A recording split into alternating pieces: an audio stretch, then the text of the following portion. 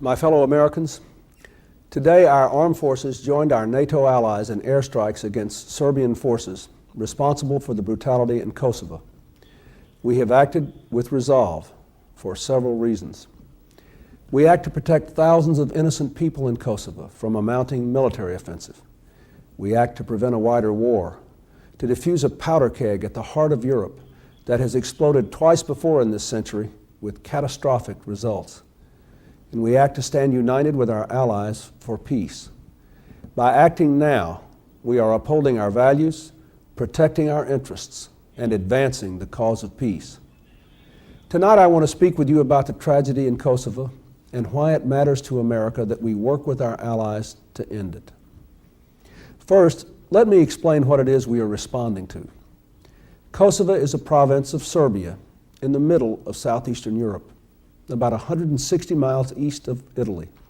That's less than the distance between Washington and New York, and only about 70 miles north of Greece. Its people are mostly ethnic Albanian and mostly Muslim.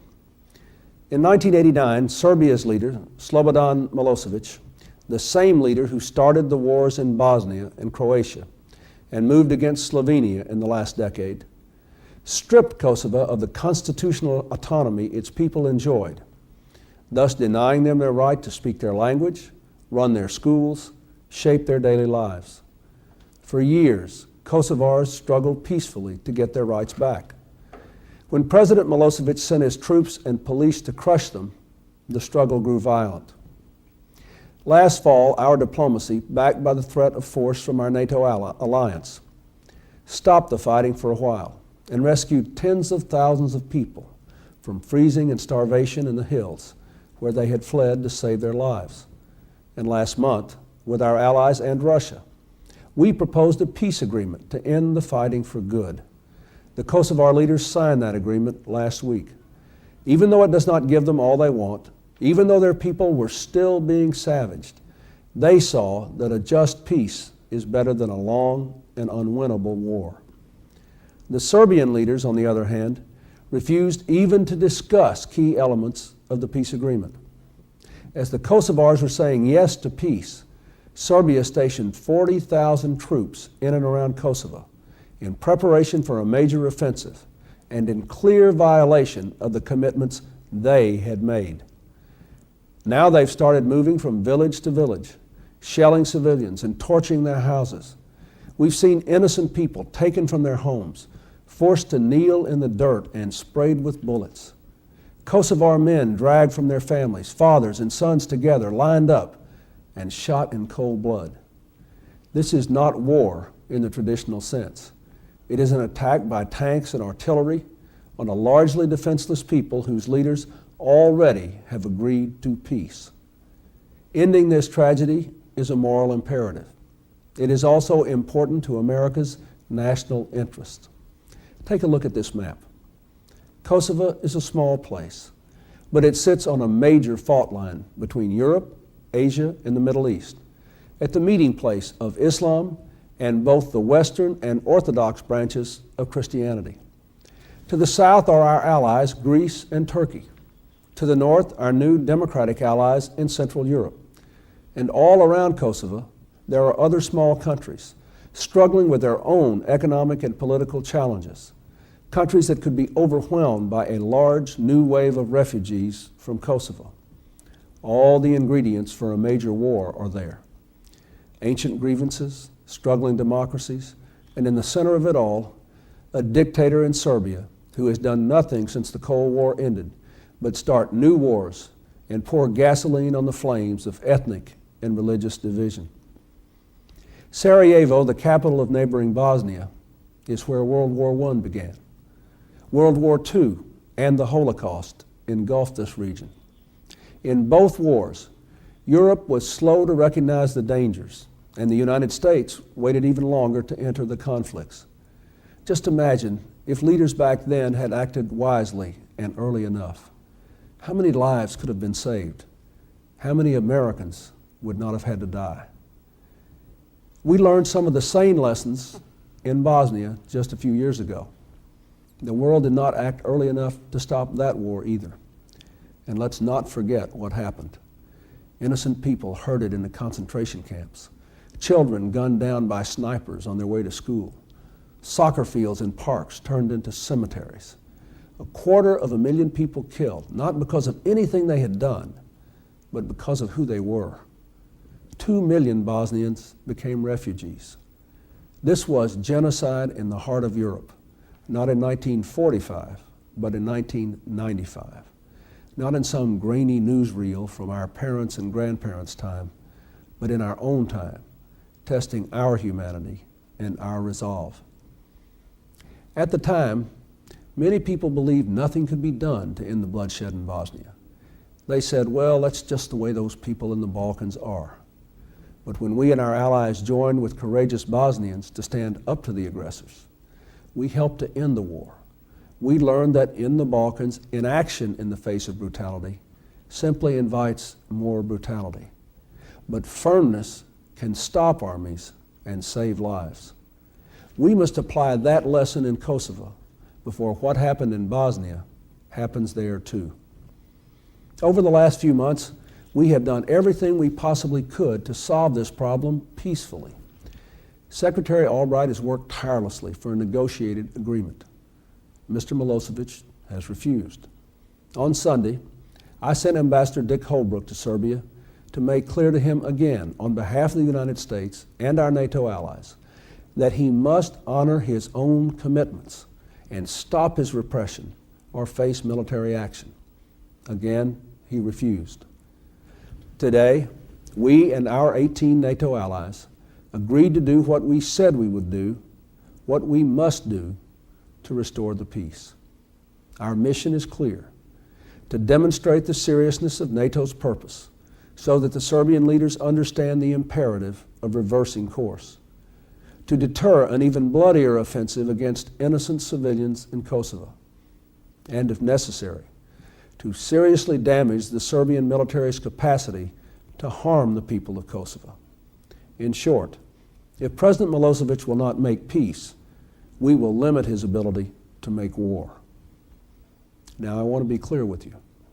There are risks in this military action, risks to our pilots and to people on the ground. Serbia's air defenses are strong. It could decide to intensify its assault on Kosovo or to seek to harm us or our allies elsewhere. If it does, we will deliver a forceful response.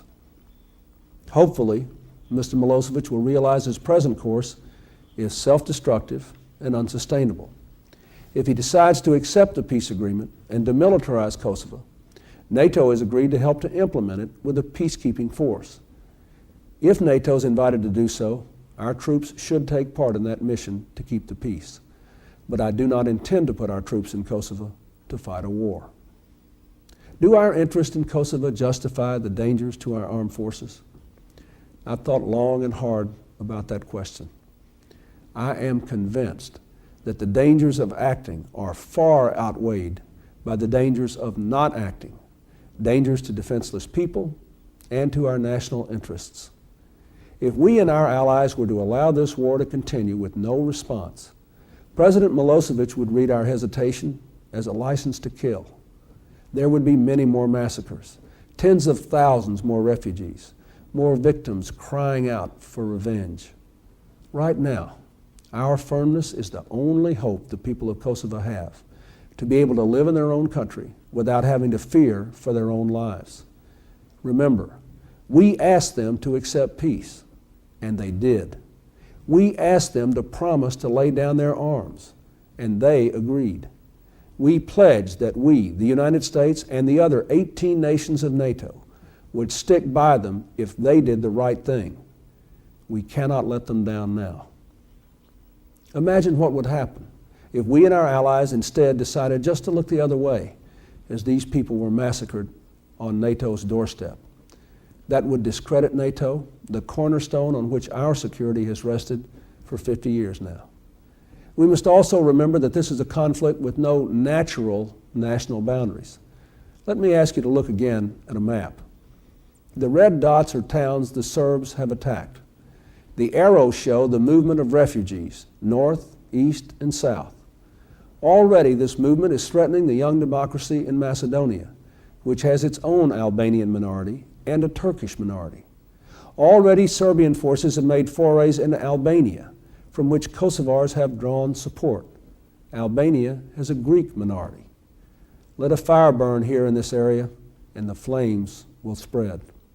Eventually, key U.S. allies could be drawn into a wider conflict, or we would be forced to confront later, only at far greater risk and greater cost. I have a responsibility as president to deal with problems such as this before they do permanent harm to our national interests. America has a responsibility to stand with our allies when they are trying to save innocent lives and preserve peace, freedom, and stability in Europe. That is what we are doing in Kosovo. If we've learned anything from the century drawing to a close, it is that if America is going to be prosperous and secure, we need a Europe that is prosperous, secure, undivided, and free. We need a Europe that is coming together, not falling apart, a Europe that shares our values and shares the burdens of leadership. That is the foundation on which the security of our children will depend. That is why I have supported the political and economic unification of Europe. That is why we brought Poland, Hungary, and the Czech Republic into NATO and redefined its missions and reached out to Russia and Ukraine for new partnerships. Now, what are the challenges to that vision of a peaceful, secure, united, stable Europe? The challenge of strengthening a partnership with a democratic Russia that, despite our disagreements, is a constructive partner in the work of building peace. The challenge of resolving the tensions between Greece and Turkey and building bridges with the Islamic world. And finally, the challenge of ending instability in the Balkans so that these bitter ethnic problems in Europe are resolved by the force of argument, not the force of arms, so that future generations of Americans do not have to cross the Atlantic to fight another terrible war. It is this challenge that we and our allies are facing in Kosovo. That is why we have acted now, because we care about saving innocent lives, because we have an interest in avoiding an even crueler and costlier war, and because our children need and deserve a peaceful, stable, free Europe. Our thoughts and prayers tonight must be with the men and women of our armed forces who are undertaking this mission for the sake of our values and our children's future. May God bless them, and may God bless America.